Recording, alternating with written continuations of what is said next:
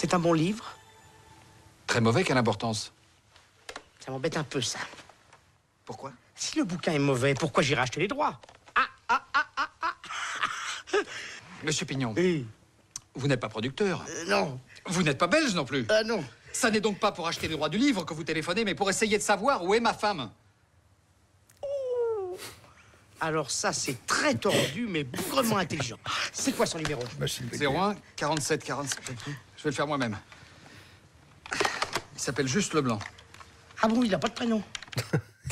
Et ça marche à chaque fois. Extrait inoubliable du cultissime Dîner de cons de Francis Weber, sorti au cinéma en 98 avec un casting 5 étoiles, Jacques Villeray et Thierry Lhermitte qu'on vient d'entendre, Francis Huster, Daniel Prévost. L'histoire d'un fringant éditeur qui organise avec ses amis de l'élite parisienne des dîners de cons le mercredi soir où ils invitent des gens qu'ils jugent comme tels pour se moquer d'eux. Sauf que le con n'est évidemment pas toujours celui qu'on croit. Alors avant de devenir un classique du cinéma français, le Dîner de cons fut un succès au théâtre avec notamment Claude Brasseur et déjà Jacques Villeray. Pour notre plus grand bonheur, la Comédie de Bruxelles reprend ce chef-d'œuvre avec, dans les rôles de Pierre Brochant et François Pignon, respectivement Pierre Pijolet et Daniel Hansens, qui est aussi en l'occurrence le metteur en scène. Ils sont avec nous ce matin. Bonjour. Bonjour. Bienvenue à vous et merci beaucoup. Quel bonheur évidemment de revisiter ce texte avec vous. Daniel Hansens, c'est la 5e fois que vous endossez le costume de François Pignon. Pierre Pijolet, vous avez joué plusieurs rôles dans cette pièce. Juste Leblanc dans une version précédente. Donc c'est la deuxième fois. Juste, c'est son prénom. Hein. Oui. Merci. Non, c'était trop tentant. Ouais, bah oui, forcément. Vous êtes deux incontournables de la scène belge, Pierre Pijolet et Daniel Hansens. Malgré tout, comment on se trouve pour la première fois face à un monument comme celui-là? Daniel, pourquoi tu l'as choisi la première fois, cette pièce? Pourquoi t'attaquer à un monument? On l'a choisi pour moi. Mais après, j'ai toujours eu envie de... Après, c'est un vrai personnage qu'on a envie de retrouver. Et ici, j'avais envie de le refaire avec Pierre, parce qu'on est complices dans la vie, et donc on est complices sur scène aussi. Je pense que ça se sent très fort. Et c'est un personnage qu'on a envie de retrouver. C'est extraordinaire pour un acteur, vous le dites, c'est la 5e fois, pour un acteur de pouvoir approfondir un personnage. C'est assez génial. Vous l'avez joué combien de fois déjà, François? Donc 5 fois, ce sera la 5e fois. Non, oui, mais en termes de représentation. J'ai aucune idée. 29 fois. non, mais je veux dire, en tout, ça doit être 300 400. Ah oui. Oui, ça doit être. Oui, mais je trouve encore des choses maintenant. Dans le texte, ou dans le texte, dans le personnage, et puis surtout avec les camarades avec qui il joue. Je veux dire, avec Pierre joue différemment. Avant, c'était Pascal Racan qui était extraordinaire dedans. Oui. Et puis après, Pierre est tout aussi extraordinaire, mais il est tout à fait différent. Donc on doit s'adapter en fonction du jeu. Et ça, c'est vraiment, c'est un bonheur. Et c'est un bonheur de travailler avec Pierre. Alors, c'est pas rien, malgré tout, de s'octroyer le rôle d'un con. Mais on imagine que quand c'est François Pignon, personnage fétiche et récurrent de Francis Weber, personnage qui vient d'avoir 50 ans, on imagine que c'est aussi un honneur de jouer ce François Pignon. Ah oui, c'est vraiment un honneur. Je veux dire que souvent les gens disent « Ah, mais vous avez pensé à Villeray ?» Non, je ne pense pas du tout à Villeray. On s'est concentré sur l'histoire, parce que sinon, si on se dit « Ah, il y a l'empreinte de Villeray au-dessus, on ne montre plus rien. » Non, il était extraordinaire, mais ici, on se concentre sur l'histoire. Et puis, évidemment, c'est tous les pignons de Francis Weber. On aimerait, si je pouvais monter un grand blond, je le ferais, mais au théâtre, c'est impossible. Richard, oui. Mais voilà, donc c'est vrai que c'est un monument, mais on ne fait pas attention à ça. On s'attaque d'abord à l'histoire. C'est juste l'histoire. C'est pas si facile de ne pas penser à ça, on imagine, parce que ça a été un tel carton avec des répliques, on en a entendu une tout à l'heure, qui sont passées véritablement dans le langage populaire, qui sont devenues véritablement cultes. Comment on se positionne et comment on arrive un peu à se couper de ça et de vos illustres prédécesseurs dans ces rôles-là? Personnellement, je n'y ai pas pensé à Thierry Lhermitte, pour citer son nom. J'ai voulu jouer vrai. Le travail de Daniel était vraiment de jouer le drame de la situation. Donc il a fallu s'octroyer les personnages. C'est vrai, hein, Daniel? Alors qu'on sait que c'est comme si on montait la grande vadrouille. Je dirais, c'est impossible. Et pour nous, c'était un défi. Et donc voilà, il suffit d'être sincère, d'essayer de jouer le plus vrai possible, la situation, et se l'approprier avec sa propre personnalité. Donc c'est ce que j'ai essayé. Et comme dit Pierre, la grande vadrouille, on la connaît par cœur. Pourtant, chaque année, ça repasse. On la regarde avec plaisir. On connaît toutes les répliques. C'est ce que font les spectateurs. Il y a plusieurs générations dans la salle. Ils connaissent toutes les répliques, mais ils rigolent quand même parce qu'ils ont envie de l'entendre. Les spectateurs nous disent vraiment, on connaît. On est venu voir, on connaît les répliques, mais il n'y a rien à faire. On se laisse quand même emporter par l'histoire et par votre histoire. Hein? Et je trouve que par rapport au film, la mise en place est peut-être même encore plus rapide. On rentre tout de suite dedans, ça démarre tout de suite, ça ne s'arrête pas une seconde, le dîner de cons. Il y a une écriture avec un rythme, une densité de répliques, c'est une machine de guerre. Hein. Ah oui, la pièce, je trouvais mieux écrite que le film, c'est-à-dire que ça permet de développer plus les personnages. Et puis en plus, comme on dit, c'est du spectacle vivant. On a quelque chose de concret, on voit le con et on voit toute l'histoire en vrai. Parce que, comme disait Pierre, ce sont toutes des victimes. Lui, il est victime de ce type, mais lui est victime d'un abago, de sa femme qu'il quitte, d'un con qui reste là, enfin d'un con, d'après sa vision des choses. Mais voilà. Mais c'est important. Pardon, excusez-moi. Non, je dis que c'est important de savoir que quand même le dîner de con, il y a un S à con, donc on est vraiment tous, en tout cas tous les deux. Là, on est tous des cons. Oui. On est tous des cons. On sait que le film, par rapport à la pièce de théâtre, le film au départ durait moins longtemps, donc il y avait eu quelques aménagements, notamment la création de Marlène Sasseur, enfin l'adaptation de son nom. Vous êtes revenu à quel texte le texte original de la pièce. Donc on n'a rien repris du film. Tout est dans le texte qu'avait fait Francis Weber. On n'a rien modifié à ça. Et d'ailleurs, c'est d'une précision horlogique. On se permet aucune improvisation. Non, parce que justement, Francis Weber, il est comme ça, il n'aime pas qu'on touche, à son texte. Mais on n'a pas besoin. Non, alors ça c'est sûr et certain, il n'y a sûrement pas besoin d'y toucher. Est-ce que vous avez eu un contact avec lui? Bon, il a 86 ans maintenant. À l'époque, quand on l'avait monté une des fois, il avait fait toute la campagne de presse en duplex. Il était extraordinaire, d'une gentillesse, d'une simplicité totale. Et ça nous avait beaucoup aidé à l'époque.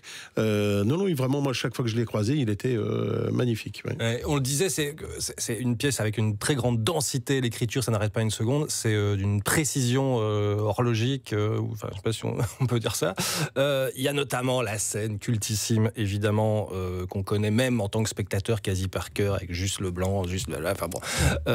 Quand on arrive à ce moment de la pièce, est-ce que là on se dit, là on doit vraiment pas flancher? Absolument. Il faut une concentration maximum. On a flanché pendant les répétitions, et ça on peut. Ouais. Donc on a provoqué tous les faux rires qu'on pouvait avoir pour ne jamais l'avoir en spectacle. Et là en spectacle, on doit juste attendre les rires des spectateurs. C'est eux qui doivent rire, pas nous. Oui, soir où on était là, Xavier va confirmer, on est allé jeudi dernier. Pierre Pijolet, sur cette scène-là, on a vu votre pommette qui a commencé à friser. C'était mon personnage qui était dépassé par la situation et qui trouvait cette situation grotesque. C'est pour ça que... flûte...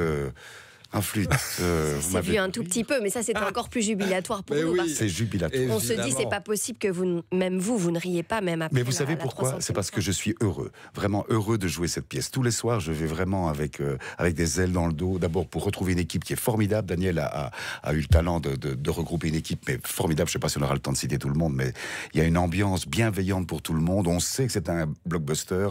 On n'a pas envie de rater ça. Moi, en tout cas, dans ma carrière de comédien, je suis très très fier que Daniel me l'ait proposé. C'est un pur délice, c'est du sucre. Donc c'est pour ça qu'effectivement, peut-être dans ces temps longs, dans cette scène... Daniel essaye aussi de me faire rire. Hein. Oh, ça y est. Tout de suite. Mais Daniel, en l'occurrence, c'était imperturbable. Exactement. Merci. Ah, d'accord. Mais ce qui est toujours amusant aussi dans le Dîner de cons, qui est une immense comédie populaire, c'est qu'il y a deux drames qui se jouent en réalité. Parce que d'un côté, on a l'un dont la femme le quitte, et l'autre qu'on invite pour se moquer de lui. Donc en fait, il y a une base pour écrire une vraie tragédie en réalité. Ah, mais toutes les comédies sont basées sur une tragédie. Ça, j'en suis convaincu. Comme toute tragédie est souvent basée sur une comédie. Et ici, c'est la même chose. Pardon. Il fait se rencontrer des gens qui ne doivent pas se rencontrer. Et ça donne un carnage, comme il l'a fait dans L'Emmerdeur aussi. Il fait rencontrer un type qui est dépressionnaire, qui a envie de se suicider, avec un autre dans la chambre à côté, qui doit flinguer, sinon, voilà. Et donc, c'est les rencontres, c'est ça qui provoque le rire. Alors, un des axes comiques, c'est le téléphone. Il faut se remettre au début des années 90, c'est donc un téléphone fixe, et il se passe toute une série de choses sur un répondeur. On se dit, les enfants, les jeunes qui arrivent maintenant, ils doivent se demander c'est quoi cet objet, c'est quoi cette histoire de répondeur. Malgré tout, il n'était pas question d'essayer d'adapter, de moderniser cet objet-là. Non, il faut laisser ça dans son époque. Je pense que si on avait fait avec des GSM, on n'aurait plus les répondeurs, donc on ne peut pas laisser les messages, on ne peut pas avoir ces dialogues, parce que les dialogues sont faits en direct, ils sont derrière avec un micro en train de faire les dialogues, il n'y a rien qui est enregistré, sauf le petit message de répondeur au début, sinon tout le reste est en direct. Il faut rien modifier. Avec les GSM, ça ne fonctionnerait plus, et je pense que les jeunes rentrent tout de suite dedans, ils voient voient une nouvelle, ils découvrent quelque chose qu'ils ne connaissent plus évidemment, mais comme les cabines téléphoniques, au moment où je parle, ils ne savent pas ce que c'est. C'est un certain charme. Oui, voilà, exactement. C'est désuet, mais c'est toujours drôle. Mais qu'est-ce qui fait que le texte en lui-même fonctionne encore en 2023? Mais parce que des cons, ça existe encore, non? Et des gens qui prennent les autres pour les cons. Exactement, exactement. C'est ce qu'on disait aussi parfois quand on a fait des scolaires. C'était extraordinaire parce que je leur disais aux élèves, j'ai dit, vous avez sûrement un con dans votre classe. Enfin, que vous prenez pour un con. En fait, compte, ce type a probablement un univers extraordinaire. Il est peut-être différent de vous, mais il est extraordinaire. Donc ne traitez pas les gens de cons. Ça n'existe pas. Ce sont des gens qui sont différents de vous. Et puis ça parle de choses intemporelles, du mépris de classe, de ce que c'est que le bon goût, ce genre de choses aussi. Exactement, exactement. C'est tout ça. C'est pour ça que ça reste intemporel. Je pense qu'elle va rester encore très très très longtemps. Ouais. Immense succès. Et alors vous êtes aussi producteur, hein, Daniel Hansens, à la tête de la Comédie de Bruxelles depuis 20 ans. J'allais vous demander comment se porte le théâtre aujourd'hui, parce qu'on voit qu'effectivement le Dîner de Cons, voilà, c'est un blockbuster, comme le disait Pierre Pijolet, et il y a des salles remplies. On voit par ailleurs d'autres salles qui affichent sold out pour beaucoup de spectacles. Évidemment, c'est pas le cas partout, mais malgré tout, on peut avoir l'impression que après le Covid, il y a une espèce d'appétit, de renouveau pour la scène. Est-ce que vous partagez ce constat? Oui, c'est-à-dire qu'en tout cas, les gens ont changé leur façon de réserver. Ils réservent de plus en plus tard. Donc pour nous, c'est plus inquiétant, parce qu'on a parfois des angoisses en tant que producteur, et il est évident que c'est plus facile d'être subsidié que quand on est privé, comme on l'est. Ouais, comme c'est votre cas, hein, vous avez 0 subside pour la Comédie de Bruxelles. 0. J'ai fait des demandes, mais bon, elles ont été refusées. On n'est pas assez qualitatif apparemment, mais donc voilà, donc ça c'est envoyé. Mais non, mais voilà, c'est comme ça, c'est la vie. Hein. Mais donc oui, c'est plus compliqué, mais on s'angoisse. Mais après ça, les seules aides publiques qu'on ait reçues jamais, c'est le public, le vrai public, et l'aide du tax shelter aussi, parce que ça c'est important de le dire. Mais donc voilà, c'est le public qui nous suit depuis 20 ans et qui nous permet d'être encore là maintenant et de présenter des spectacles comme ça. Et à l'inverse, vous aidez le public, parce qu'on va parler d'une soirée spéciale pour le réveillon de Noël. Les théâtres du cœur, on en avait déjà parlé l'an dernier, Daniel Hansens, où vous invitez les gens qui sont isolés à venir voir cette pièce, le Dîner de Cons, cette année, au Centre culturel Ducle. C'est ouvert à tous? Oui, c'est-à-dire que ça fait maintenant près de 20 ans qu'on le fait. C'est toujours au désarroi de mon expert comptable qui dit je ne dois pas faire ça, on ne gagne rien. Au contraire, je trouve qu'on est beaucoup plus riche avec le rapport humain qu'on a. Et moi, l'humain est au centre de ma vie. Et donc, le 24 décembre, on ouvre aux personnes qui sont isolées, qui n'ont pas les moyens de payer. Ils peuvent venir gratuitement. Et ça fait... On appelait ça les théâtres du cœur, oui. Donc, et les gens peuvent venir via les CPS ou directement chez nous. Et c'est une soirée extraordinaire parce que c'est un public mélangé. Les gens sont endimanchés, je les rencontre après et c'est extraordinaire. Ces gens se disent merci, on n'a pas passé un réveillon tout seul et on a beaucoup ri. Voilà, j'espère que ce sera la même chose cette année. Voilà, et de toute façon, cette pièce, même pour les autres dates, est d'utilité publique. Le Dîner de Cons de Francis Weber. On va noter que vous êtes demain à Ottignies, le 6 à Wavre, le 7 à Stavelot, et puis à Dinan le 12 et à Berthier le 14 et 15, et puis du 19 décembre jusqu'au 31 au Centre culturel Ducle. Merci infiniment, Daniel Hansens et Pierre Pijolet, d'être venus vous parler du Dîner de Cons et de nous avoir mis de bonne humeur pour démarrer cette semaine. Donc vous avez intérêt à tenir le niveau.